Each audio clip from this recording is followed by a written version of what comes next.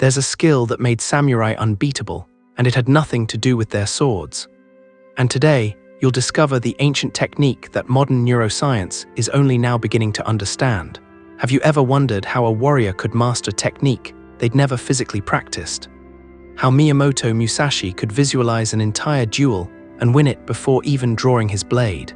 How shinobi could train for months in complete darkness, perfecting movements they couldn't even see? The answer lies in something the samurai called Mokuso, the practice of seeing without eyes. But here's what makes this truly revolutionary. What the samurai discovered 400 years ago, neuroscientists at Harvard and Stanford are now proving with brain scans. Your brain cannot tell the difference between a vividly imagined experience and a real one. When you mentally rehearse a movement with enough detail, your brain fires the exact same neural pathways as if you were physically doing it. The same muscles activate, the same brain regions light up. Your nervous system learns the skill without your body ever moving. But there's a catch. Most people who try mental rehearsal fail because they're doing it completely wrong. They're imagining like a spectator, not a warrior. And that makes all the difference. Before I show you exactly how this system works, I invite you to subscribe to the channel, like this video, and comment below. What skill do you want to master using mental rehearsal? This helps me understand what content serves you best. Thank you for your attention. Now, back to the video. Number the failed student, feudal Japan, Kyoto, 1604. There was a young swordsman named Kenji who had a problem that was destroying his dream of becoming a samurai. Every time he stepped onto the training grounds, his body would freeze, his hands would shake, his mind would go blank. It didn't matter how many hours he practiced the forms in the dojo.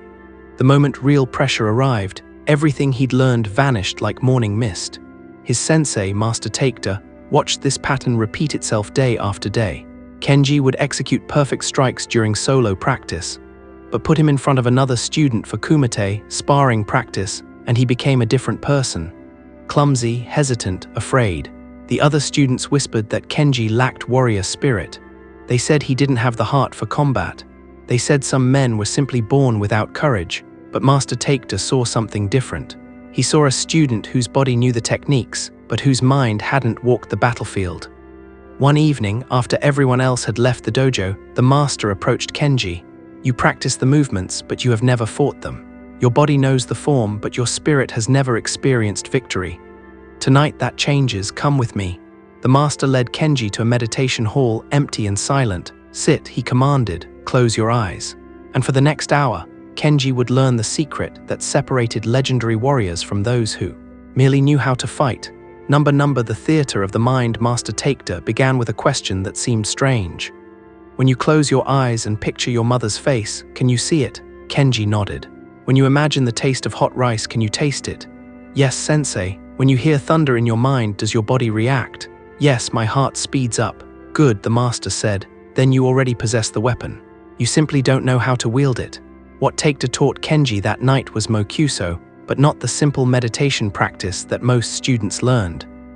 This was combat Mokuso, the art of living an experience so completely in your mind that your body believes it happened.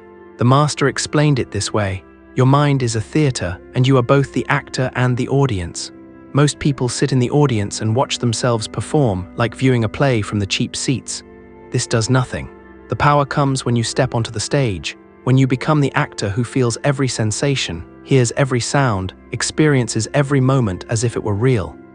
Kenji was confused. But sensei, how can imagining a fight prepare me for a real one? The master's answer changed everything. Your body doesn't know the difference between a vivid imagination and reality. When you imagine eating a lemon, your mouth produces saliva. When you imagine running, your heart rate increases. When you imagine combat with enough detail, with enough reality, your muscles fire, your reflexes sharpen, your nervous system learns exactly as if you had physically practiced. But here's what makes this technique truly powerful. In physical practice, you can only repeat a technique as many times as your body allows. You get tired, you get injured, you need rest. But in mental practice, you can fight 1,000 duels in a single night. You can perfect a technique 10,000 times without ever picking up a sword. You can experience victory over and over until your spirit knows nothing else. A researcher at Manchester Metropolitan University, who has been studying motor imagery for 15 years, developed what they call the PETTLEP model. This model breaks down exactly what makes mental rehearsal effective, and every principle they discovered was already being used by samurai masters 400 years earlier. The principles are physical connection, environmental context, task accuracy, timing precision, learning progression, emotional involvement, and perspective clarity. The samurai just called it perfect Mokuso. The first practice that night, Master Takeda guided Kenji through his first real mental rehearsal. Close your eyes, not to escape reality, but to create a more real reality than the one around you. First, the physical connection. Feel the weight of your bokken in your hands, not the idea of weight, the actual sensation. Feel the wood grain against your palms, feel how your fingers wrap around it, feel the balance point. Is it too light? Add weight in your mind, until it feels exactly like your real weapon.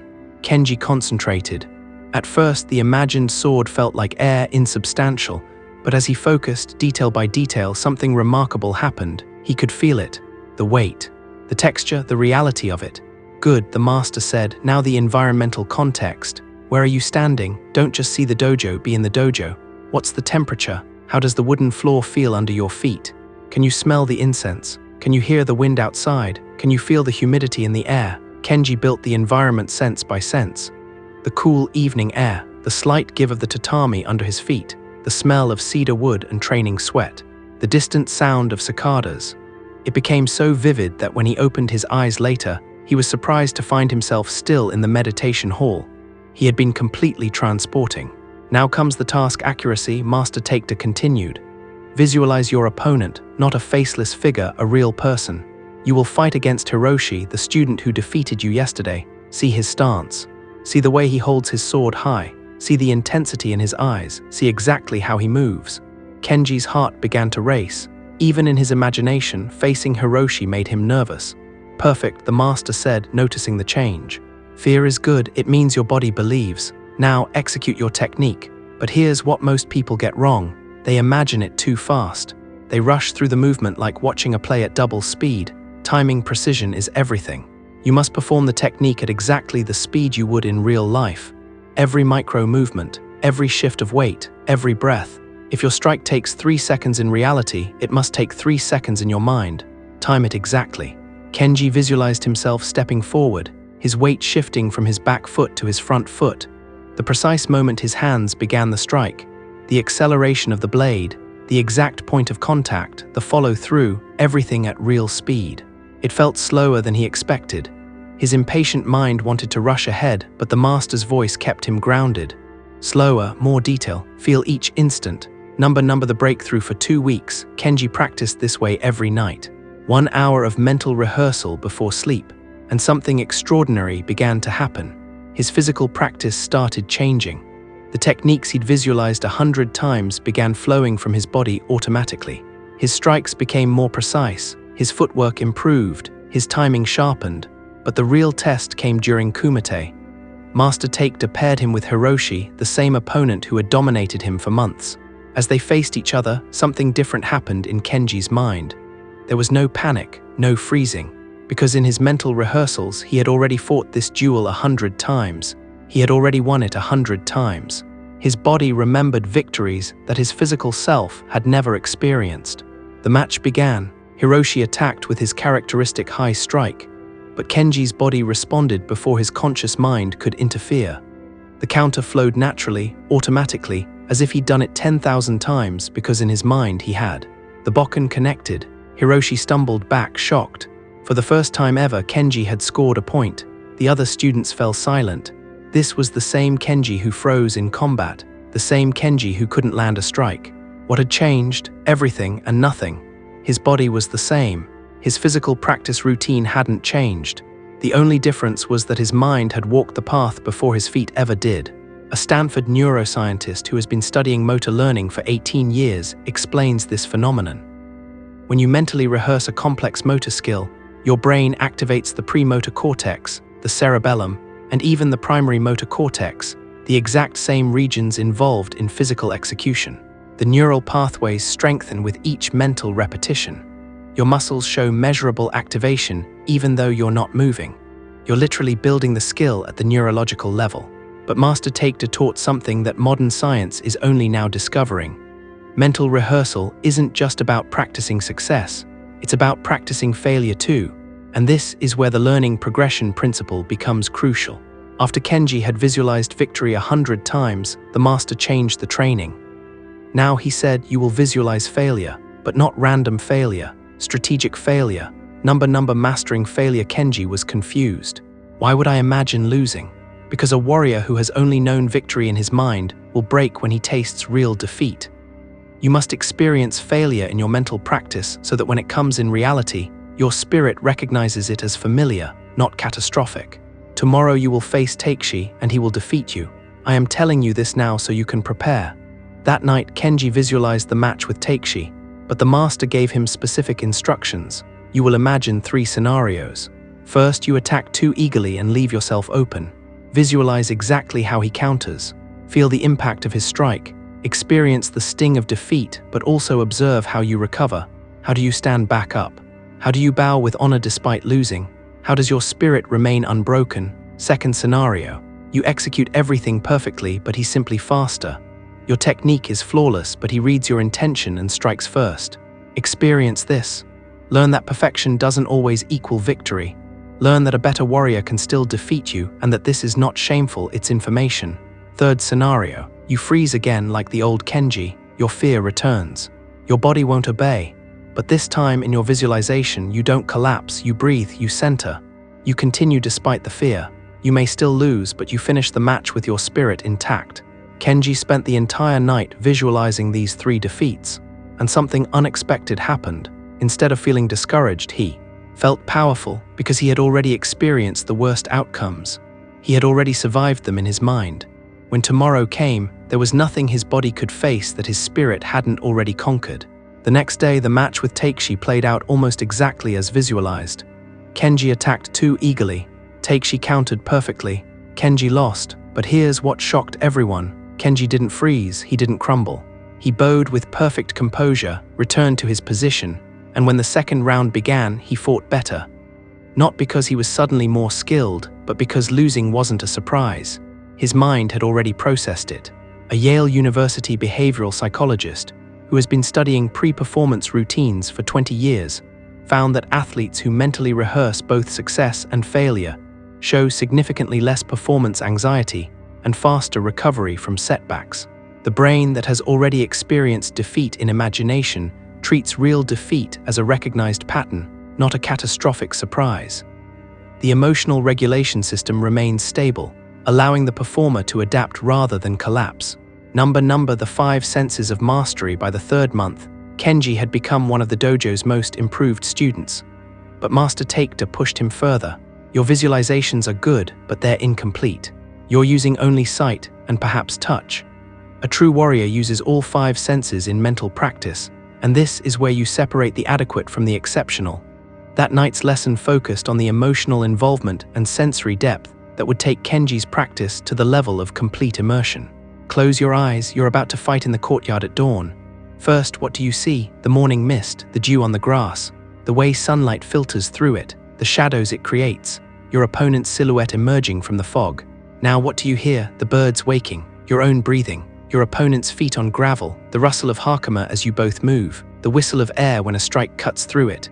Now what do you smell? Morning dew on wood, the slight metallic scent of fear sweat, the clean smell of laundered training clothes, pine trees nearby. Now what do you taste? The slight copper taste of adrenaline, the dryness in your mouth before combat, the way you swallow hard. Finally, what do you feel? Not just the sword, but everything.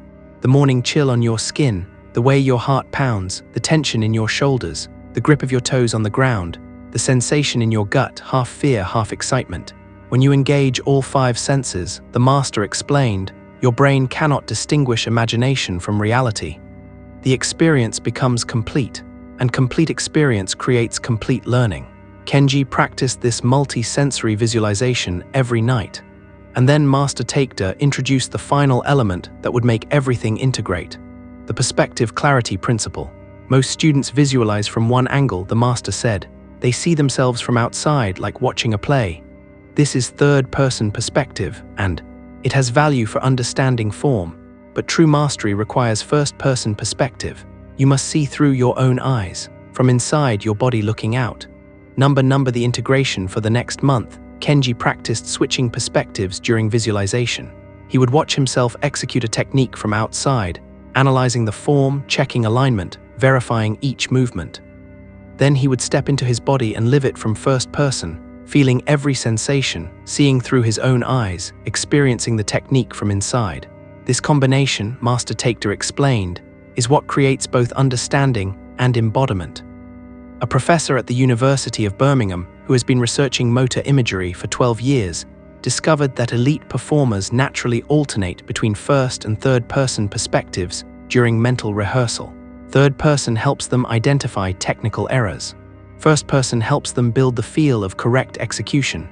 Those who use only one perspective show slower skill acquisition than those who integrate both. 6 months after that first night of Mokuso practice, Kenji was selected to represent the dojo in a regional competition. The night before, instead of additional physical practice, Master Taekda had him perform mental rehearsal only. You will visualize the entire competition, every opponent, every possible scenario. But here's what you must understand. You don't visualize to predict the future. You visualize to prepare your nervous system for anything that might come. Kenji spent 4 hours that night in deep visualization. He imagined facing opponents faster than him, learning how to be patient. He imagined opponents stronger than him, learning how to be clever. He imagined himself exhausted after 3 matches, learning how to find energy when there seemed to be none. He imagined the crowd, the noise, the pressure. He lived the entire day in his mind before it happened. And when competition day arrived, his body moved through it like walking a path it had traveled many times before. He didn't win every match, but he won more than he lost. And more importantly, he never froze. Not once did the old panic return, because his nervous system had been prepared. His brain had already processed every scenario. There were no surprises left for his body to fear. The modern warrior hears what modern neuroscience has proven about mental rehearsal, and what the samurai already knew. A researcher at the Cleveland Clinic published findings showing that mental practice alone can increase muscle strength by up to 13.5% without ever physically moving.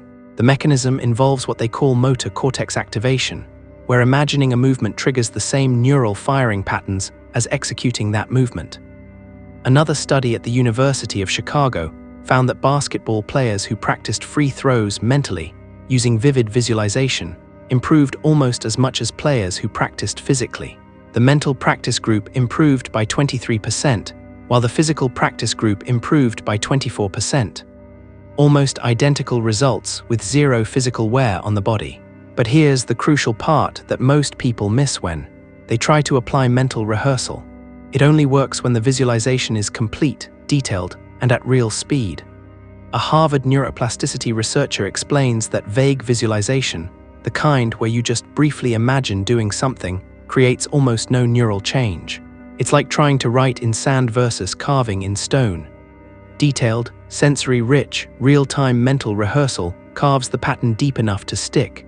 This is exactly why the samurai system of Mokuso was so powerful. They didn't just casually imagine fighting. They lived entire battles in their minds with such completeness that their bodies experienced them as real. And after experiencing a technique 10,000 times in visualization, executing it physically one time felt natural, automatic, already known. The path forward. So here's how you apply this ancient samurai technique to any skill you want to master. First, identify the specific skill. Not I want to be better at public speaking, but I want to deliver the opening line of my presentation with confidence and clear voice. Specificity is everything. Vague visualization produces vague results. Second, gather sensory data. If you're going to mentally rehearse giving a presentation, you need to know exactly what the environment looks like. Visit the room. Notice the temperature, the lighting, the acoustics. If you can't visit, find photos, videos, anything that helps you build accurate sensory detail. The more accurate your mental environment, the more effectively your brain treats it as real. Third, practice in real time. This is where most people fail. They imagine themselves giving a 10-minute presentation in 30 seconds of visualization. This creates no learning. You must perform the entire 10 minutes in your mind at actual speed, experiencing every word, every pause, every transition. Yes, it takes actual time, That's why it works. Fourth, engage all 5 senses. What do you see from the podium? What do you hear? Your voice, the audience, background noise. What do you feel? Podium under your hands, pressure in your chest, sensation of standing tall. What do you smell? What do you taste? Your mouth before speaking, the way you swallow. Complete sensory engagement equals complete learning. Fifth, alternate perspectives. Watch yourself from the audience's perspective, checking your posture, your gestures, your expression. Then step into first person and deliver the presentation from inside your body, seeing what you would see, feeling what you would feel. Both perspectives train different aspects of performance. Sixth, visualize failure and recovery. Don't just imagine perfect execution. Imagine forgetting your place and smoothly recovering. Imagine a technical glitch and calmly handling it. Imagine audience skepticism and responding with composure. Your nervous system needs to know that imperfection isn't catastrophic.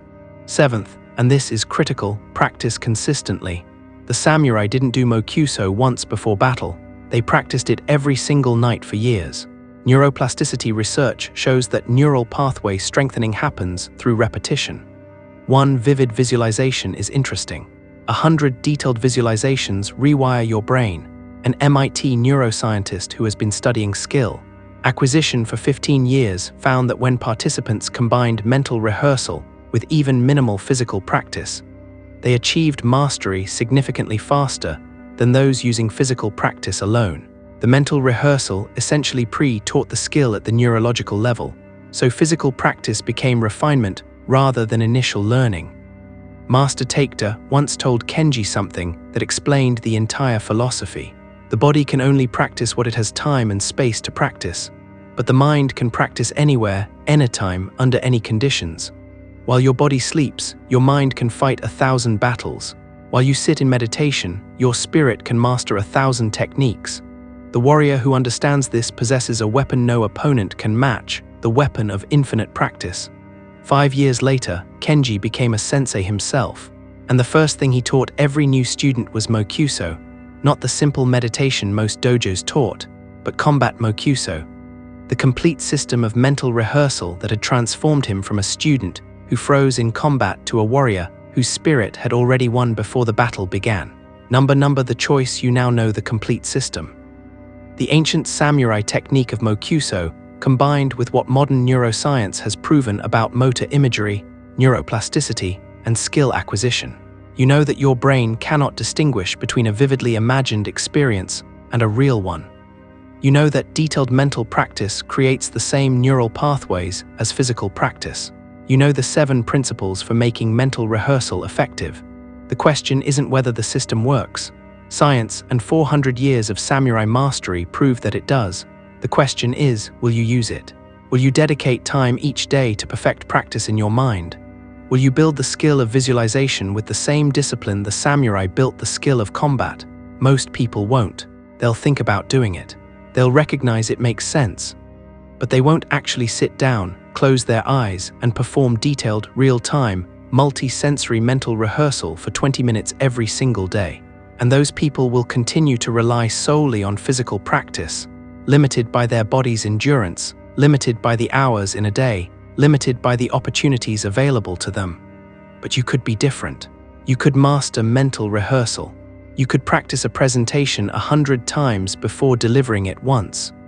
You could execute a difficult conversation perfectly in your mind before having it in reality.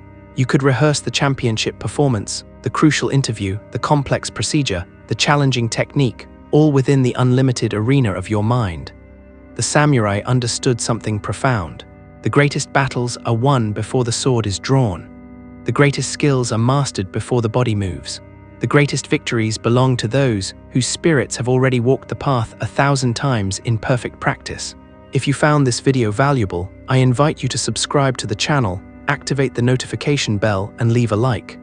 And tell me in the comments, what skill will you master using mental rehearsal? Remember, your mind is the ultimate training ground. The question is, will you enter it? If you've made it this far, thank you for your attention. You are among the few who understand that true mastery happens first in the invisible realm of the mind. Until the next video, practice with precision, visualize with detail, and remember what the samurai knew. The warrior who trains the mind trains the body. The warrior who masters imagination masters reality. Now go forth and begin your practice.